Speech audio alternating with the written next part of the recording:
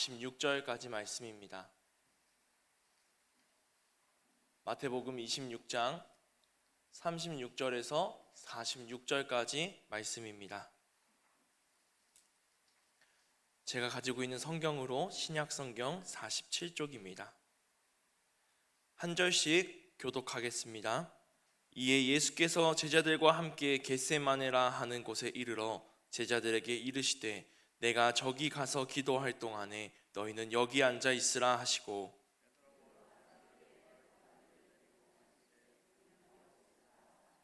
이에 말씀하시되 내 마음이 매우 고민하여 죽게 되었으니 너희는 여기 머물러 나와 함께 깨어 있으라 하시고,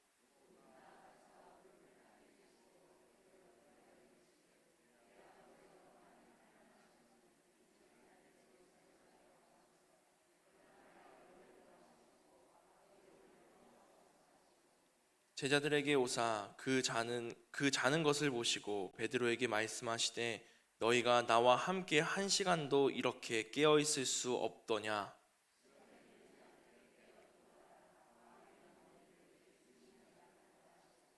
다시 두 번째 나아가 기도하여 이르시되 내 아버지여, 만일 내가 마시지 않고는 이 잔이 내게서 지나갈 수 없거든 아버지의 원대로 되기를 원하나이다 하시고,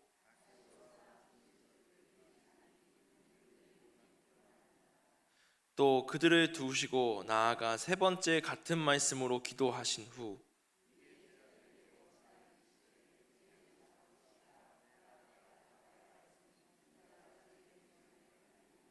46절 함께 봉독하겠습니다. 일어나라, 함께 가자. 보라, 나를 파는 자가 가까이 왔느니라. 아멘. 할렐루야. 오늘 우리는 아버지의 뜻을 보라 라는 제목으로 함께 말씀 속에서 우리에게 주시는 은혜를 나누겠습니다. 우리가 읽은 성경 본문 속에는 작은 소 제목이 적혀 있습니다. 제가 가지고 있는 성경도 36절 위에 보면 겟세마네에서 기도하시다 라고 기록되어 있는데요, 이 작은 제목은 우리가 읽을 본문의 내용을 조금 요약해 놓은 것, 예수님이 이 안에 어디에 계셨는지, 그곳에서 무엇을 하셨는지 조금은 알 수 있게 도와주는 역할을 합니다. 이 작은 제목 겟세마네에서 기도하시다라는 것을 보시면 예수님이 지금 어디 계신 것 같으신가요? 겟세마네에 계신 겁니다. 그러면 무엇을 하셨을까요? 기도하셨습니다. 네, 우리가 읽은 본문은 예수님께서 겟세마네에서 기도하신 내용을 읽게 됩니다.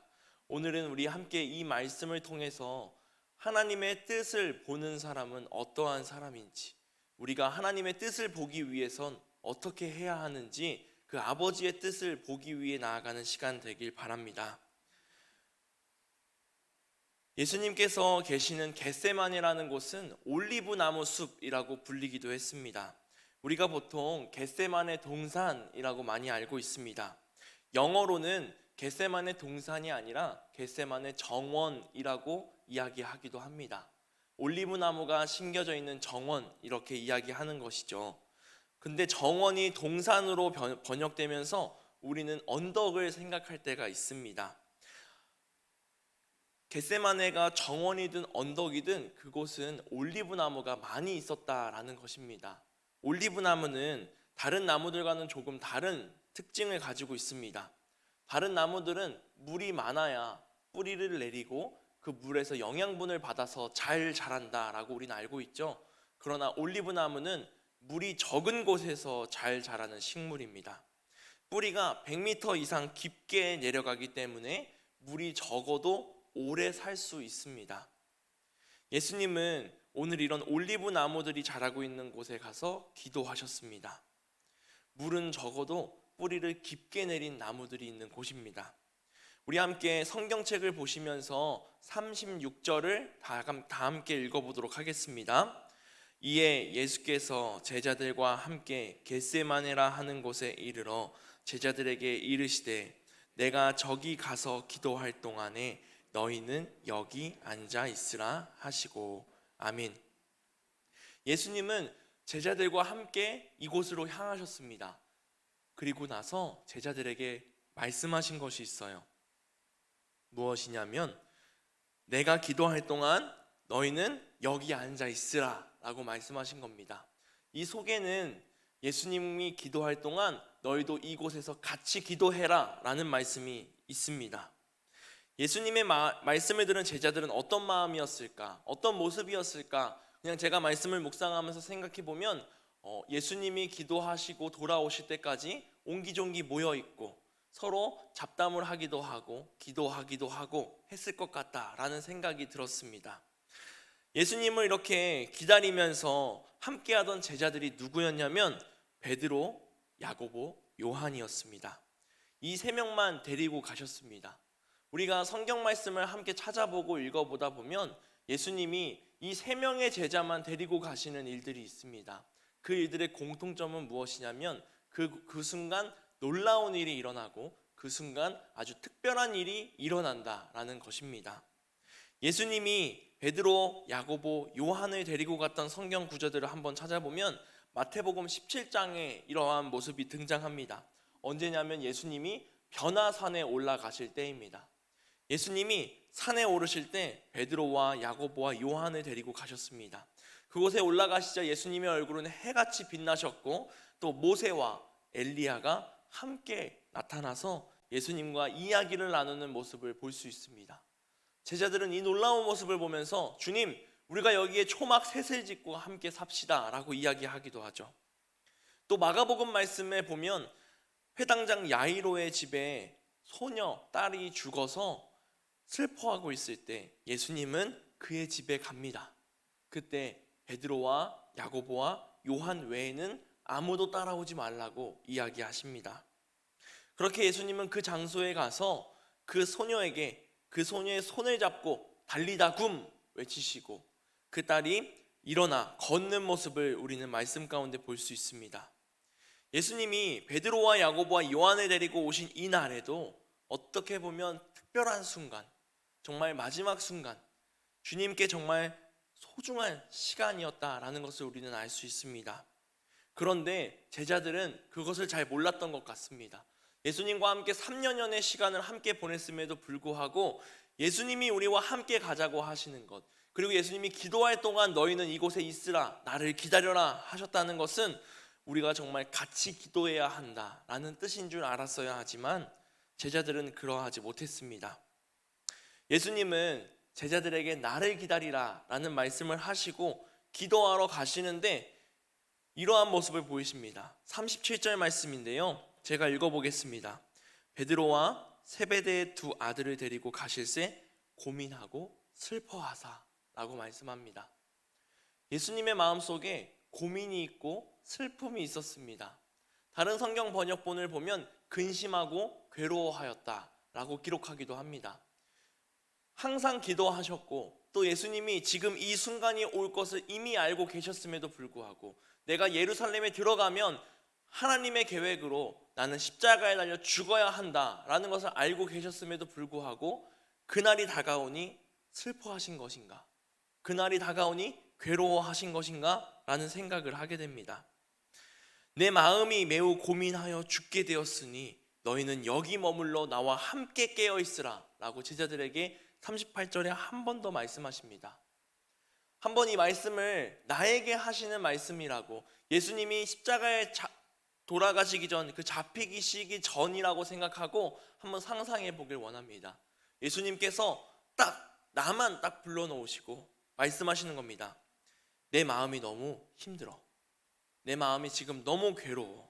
그러니 너희는 여기서 머물면서 나와 함께 기도하자 라고 하시는 겁니다.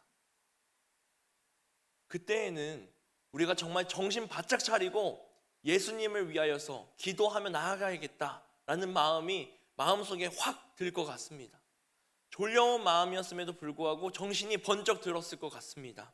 하지만 시간이 지날수록 제자들은 점점 지쳤고 함께 기도하지 못하는 모습을 우린 말씀 속에서 볼 수 있습니다. 예수님이 기도하러 가실 때 고민되고 슬퍼하시고 괴로워하셨다는 것, 어떻게 보면 조금 이상한 일일 수 있습니다. 왜냐하면 아까 말씀드렸듯이 예수님은 이미 내가 잡힐 것을, 이미 내가 죽을 것을 알고 계셨기 때문입니다. 그리고 본인이 스스로 여러 번 제자들 앞에서 내가 죽을 것이고 다시 살아나실 것이다 라는 예고를 하셨습니다. 또한 주님이 지금 이렇게 제자들과 함께 모이기 전에도 마지막 만찬을 할 때도 이와 비슷한 말씀을 하셨기 때문에 예수님이 갑자기 담담히 자신의 죽음을 이야기하시다가 이 순간 왜 괴로워하셨는가? 예수님이 괴로워하시는 이유보다 먼저 예수님이 얼마나 괴로워하셨는지 그 모습을 살펴보면 마음속에 참 안타까움 또 슬픔이 다가오게 됩니다. 이후 38절 이후의 말씀을 보면 이렇게 기록되어 있습니다.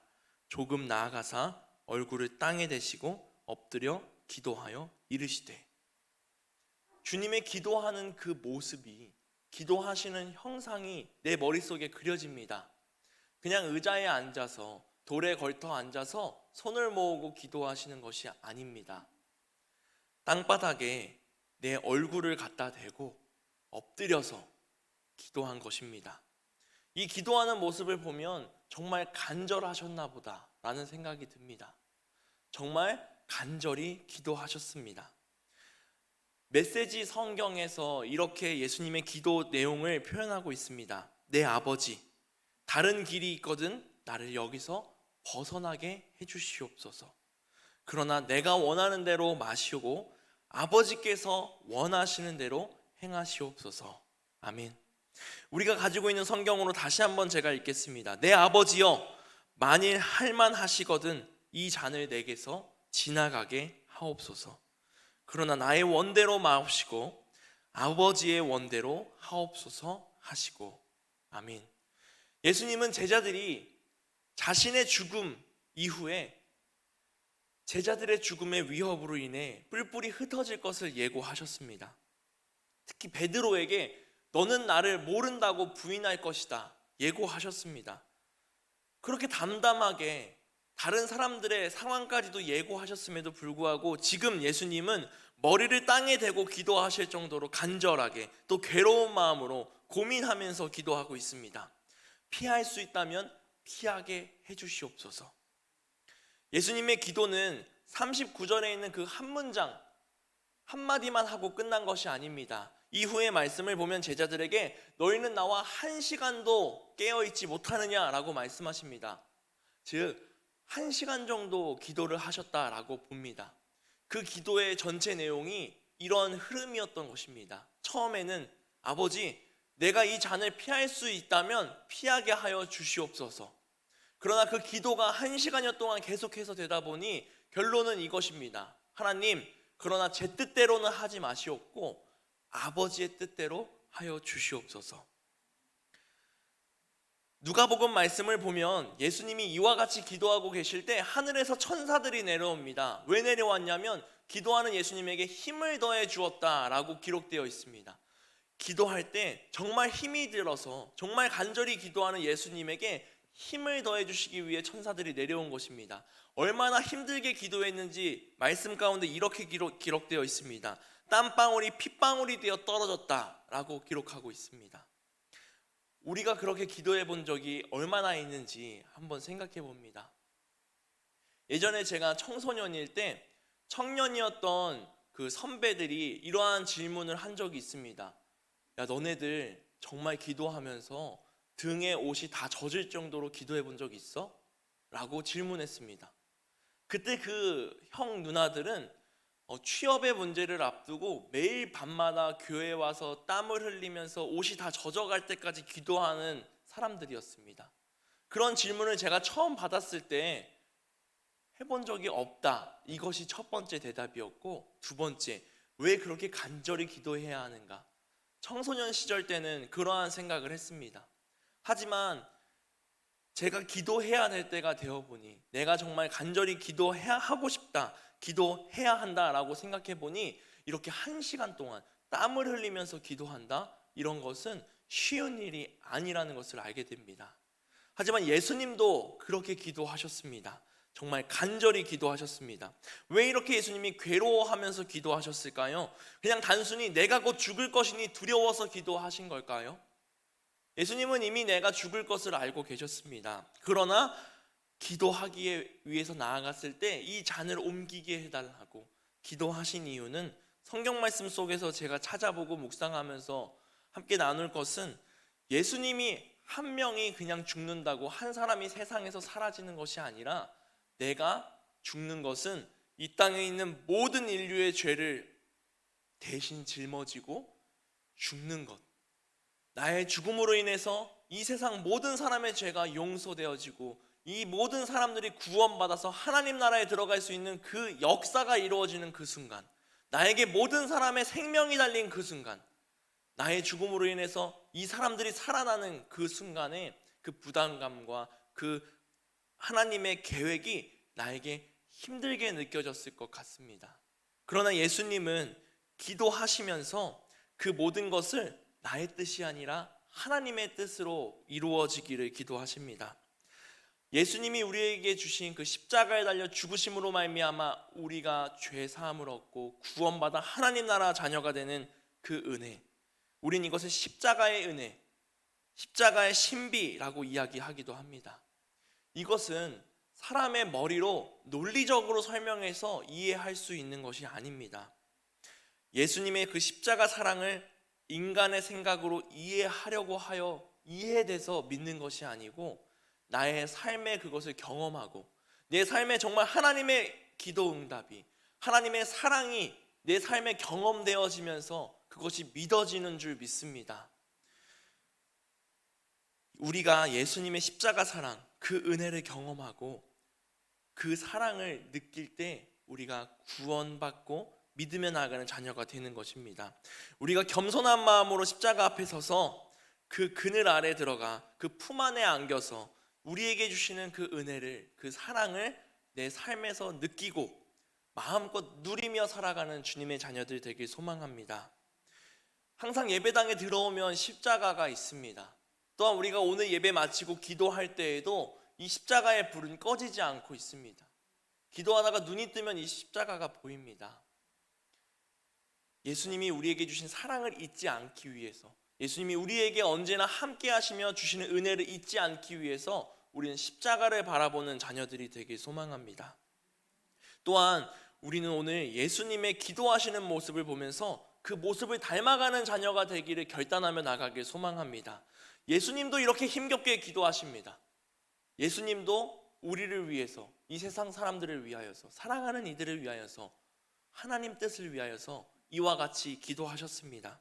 그러니 우리도 예수님의 기도를 보면서 함께 닮아가길 소망합니다. 그 첫 번째 모습은 무엇이냐면 자신의 뜻이 하나님의 뜻과 다르다는 사실을 안다고 해도 자신의 뜻을 하나님께 말씀드리는 모습입니다.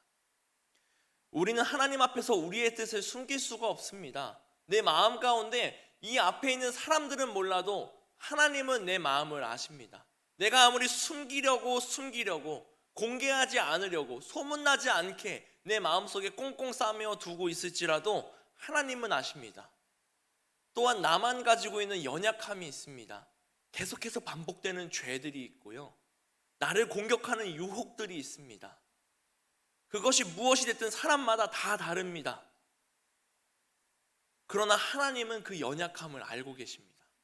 이 사람이, 내가 사랑하는 이 자녀가 이 문제 때문에 항상 고통받고 항상 흔들리고 항상 죄에 넘어갈까 유혹을 받고 있다는 것 알고 계십니다. 그러니 내 마음을 주님께 말하라 라는 것입니다. 예수님도 고백하셨습니다. 아버지, 지금 제가 가야 할 이 잔, 내가 마셔야 할 이 잔을 내게서 옮기실 수 있다면 옮겨 주옵소서. 예수님도 말씀하셨습니다. 하나님 앞에 나의 마음을 온전히 털어놓고 그 모든 것을 하나님께 맡겨드리는 우리가 되길 소망합니다. 하나님 앞에서 착한 아이인 마냥 나는 오직 착한 생각만 합니다. 하나님 앞에 저는 아주 착한 어린이입니다. 착한 아이 컴플렉스라는 것도 있죠. 엄마 앞에선 착한 아이처럼 보여야 하는 아이들의 마음, 그것이 하나님 앞에서는 없기 위해 노력하는 우리가 되길 소망합니다. 아무리 숨기려고 하는 나의 허물을 하나님은 이미 다 알고 계시기 때문입니다. 두 번째, 그렇게 나의 마음을 하나님께, 나의 뜻을 하나님께 고백한 후에는 무조건 우리의 뜻을 들어달라는 억지를 부려서는 안 됩니다. 제가 항상 교회 학교 아이들에게 기도에 대해서 설명할 때 하는 말이 있습니다.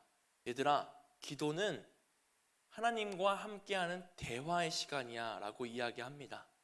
누군가와 대화를 한다는 것은 내가 말하고 상대방의 이야기를 들어주고 또 이해해서 나도 말하고, 이것이 이루어지는 것이 대화입니다. 한 사람만 계속해서 자신의 뜻을 강조하는 것은 잔소리, 훈육, 가르침입니다. 그러나 우리는 때론 하나님을 가르치려고 합니다. 하나님, 제 뜻이 이거니까 들어주세요. 억지를 부리고 땡깡을 부리는 것입니다. 그런데 대화하면서 하나님의 뜻을 알아가기 위해서 기도하다 보면 때로는 우리가 원하는 것과 전혀 다른 뜻을 하나님이 가지고 계신다는 것을 알게 될 때가 있습니다. 또 반면에는 내가 원하는 뜻을 하나님이 그대로 허락하실 때도 있습니다. 내가 원하는 뜻을 들어주시든 안 들어주시든 우리는 하나님과 대화하였고 하나님의 뜻을 알았으니 결론적으로 하나님의 뜻을 순종하며 나가길 선택하는 우리가 되길 소망합니다. 예수님도 이와 같이 순종하셨습니다. 내 원대로 마시옵고 아버지의 원대로 하여 주시옵소서. 피땀을 흘리면서 기도하시면서도 하나님께 피할 수 있으면 피해달라고 기도하시면서도 결국엔 하나님 뜻대로 하겠습니다. 아버지의 뜻대로 하여 주시옵소서. 기도하는 우리가 되길 소망합니다. 세 번째, 기도할 때 때로는 많은 시간 동안 온 힘을 다해 기도해야 합니다. 제자들이 버티기 힘든 시간이었습니다. 늦은 밤 시간이었고 예수님은 기도하시면서 자신들에게 돌아오지 않습니다. 이 시간 제자들이 기도하기 위해 노력했는지 노력하지 않았는지는 모릅니다. 그러나 결국 예수님이 오셨을 땐 잠을 자고 있었습니다. 우리가 신앙생활을 하면서 많은 시간 동안 기도합니다. 정말 각을 잡고 손 모으고 눈 감고 예배당에 나와 기도할 때도 있지만, 걸어가면서 면접장 앞에 서서 버스 타고 잠깐 밖을 바라보면서 정말 5초 동안이라도 하나님, 저 지금 힘 주세요.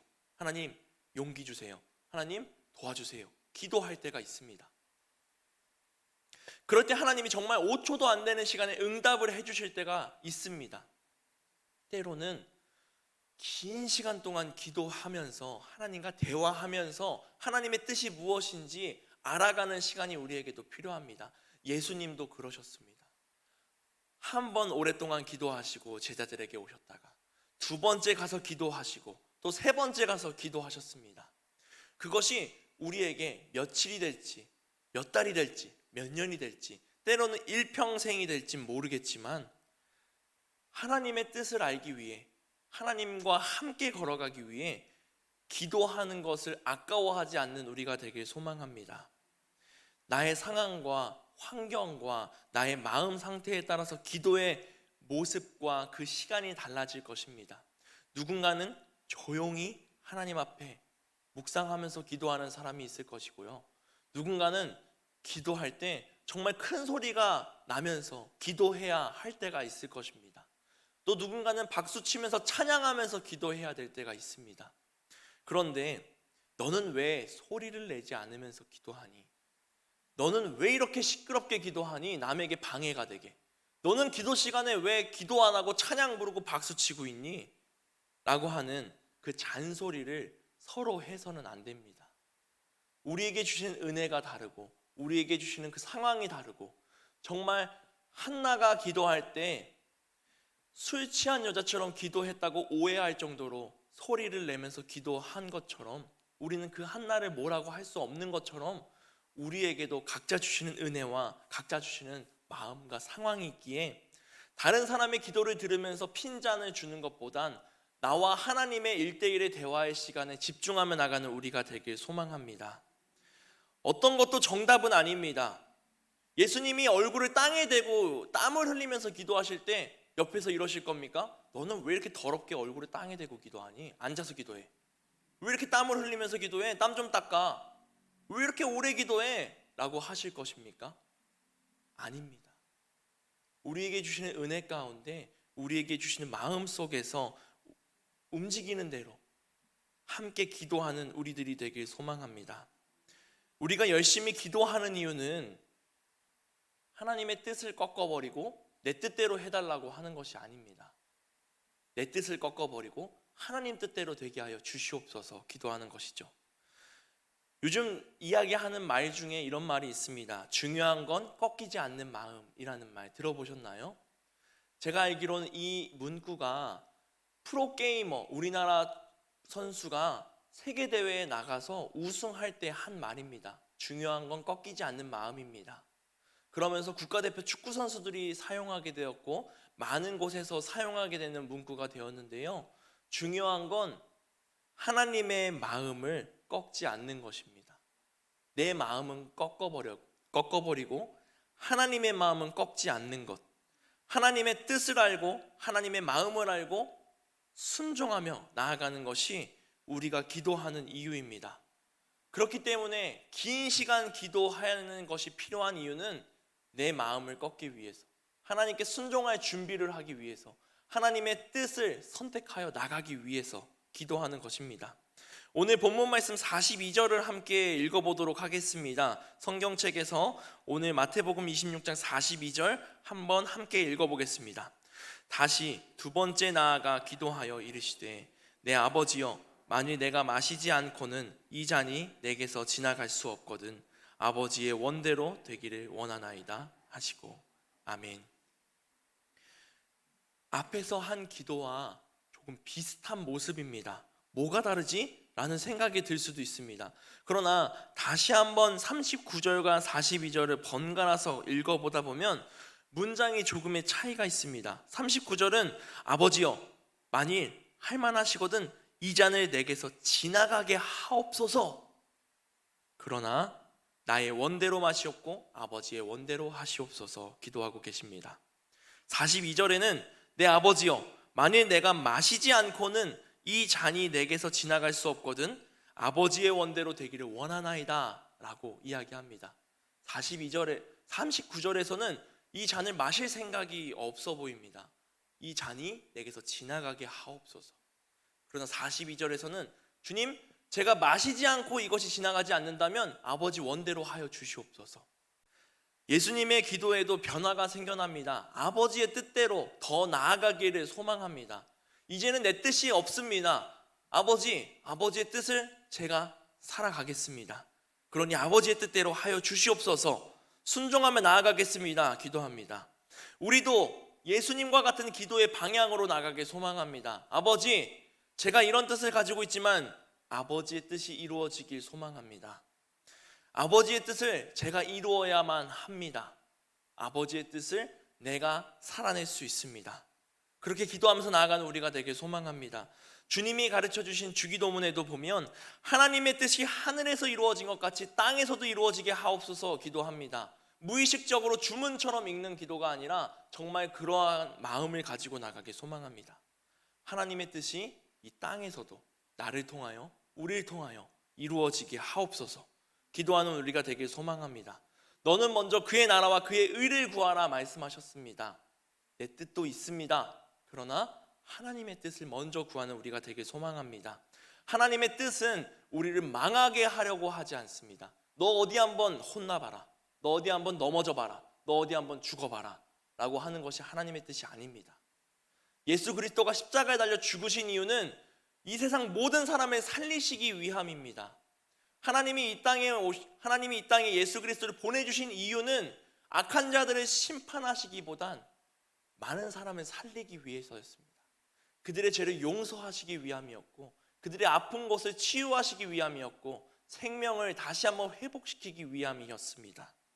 그러니 내 뜻이 아닌 나를 살리실 하나님의 뜻을 따라가는 우리가 되길 소망합니다. 우리는 많은 시험과 유혹들 사이에 살아갑니다. 내 마음을 흔들어 놓습니다. 교회에 가기 위해 마음 먹었는데, 내가 예배 잘 드리기 위해 마음 먹었는데, 말씀 묵상하기 위해 마음 먹었는데 그걸 흔들어 놓습니다.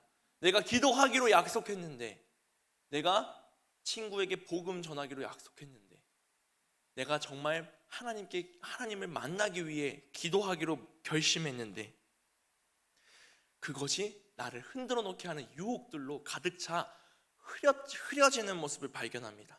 때로는 돈을 많이 벌게 해주세요. 주님, 제가 이 가난에서 벗어나게 해주세요. 기도합니다. 그래서 하나님의 응답을 받고 번영을 얻었습니다. 돈이 많아지고 생활이 편해지고 그러면서 마음은 흔들립니다. 돈이 많아지니 마음이 편해지니 하나님과 멀어집니다. 우리는 이러한 유혹과 시험 사이에 항상 살아갑니다. 영성이 바닥까지 떨어질 때가 찾아옵니다. 그럴 때마다 우리가 해야 할 것은 기도입니다. 깨어서 기도하는 것, 정말 내가 게으른 마음 없이 기도하는 것, 짧게라도 기도하는 것, 하나님 앞에 나아가는 것, 하나님을 찾아가는 것, 이것이 우리가 죄의 흔들림에서 무너지지 않고 결국 그것으로부터 승리하는 길이 됩니다. 언제나 아버지의 뜻을 바라보고 기도하며 나아가는 우리가 되길 소망합니다. 예수님의 제자들은 예수님이 기도하실 동안 기도하지 못했습니다. 예수님이 특별히 사랑하는 3명의 제자를 데리고 왔는데도 기도하지 못했습니다. 그러나 우리는 이러한 모습이 아니라 기도하는 제자들이 되길 소망합니다. 그것이 몇 날이 되든 며칠이 되든 몇 년이 되든 일생이 되어도 우리가 항상 예수님과 함께 기도하길 소망합니다. 왜냐하면 예수님은 이렇게 기도하는 우리와 항상 함께 하시기 때문입니다. 우리가 평생을 기도한다 라고 했을 때 주님은 그 평생을 함께 하십니다. 제자들은 1시간 예수님이 기도하는 걸 참지 못했지만 우리는 몇 날 며칠을 기도하여도 주님이 함께 하십니다. 심지어 기도하지 못할 때도 주님은 우리와 함께 하십니다. 그것을 알고 내 마음 가운데 잊어버리지 말고 기도하며 나가는 우리들이 되길 소망합니다. 우리가 가야 하는 곳, 우리가 바라봐야 하는 곳, 그것은 언제나 예수 그리스도의 뜻이 있는 그곳입니다. 아버지의 뜻을 바라보고 그 뜻에 순종하고 따라가는 주님의 제자들이 되길 소망합니다. 기도하겠습니다. 사랑이 많으신 하나님 아버지, 오늘 예수 그리스도의 뒤를 따라가고 그 십자가를 지고 따라가는 자녀들이 되길 소망합니다. 주님, 우리가 우리의 뜻을 꺾어버리고 아버지의 뜻대로 나아가는 자녀들 될 수 있도록 인도하여 주시옵소서. 언제나 기도하면서 주님과 동행하는 자녀 되게 하여 주시옵시고 깨어서 기도하는 자녀 될 수 있도록 인도하시고 나와 함께 하시는 주님을 잊어버리지 않는 자녀 될 수 있도록 인도하여 주시옵소서. 하나님, 이 시간 주님께 예물 드리며 나아갑니다. 윤미자 권사님 선교 헌금 11조 예물 드리며 나아갑니다. 주님께서 이 손길을 기억하여 주시옵시고 주님께 드리는 그 10의 1조, 주님께 드리는 그 선교 헌금 주님의 나라에 크게 쓰일 수 있도록 인도하시며 또 주님 앞에서 주님께 사용받는 주님의 자녀 될 수 있도록 인도하여 주시옵소서. 또한 이 시간 나의 마음과 나의 시간을 주님께 드리며 나아가는 모든 이들에게도 하나님 함께하여 주시옵소서. 사랑이 많으신 예수님의 이름으로 기도했습니다. 아멘. 우리 이 시간 함께 찬양 부르시고 기도하시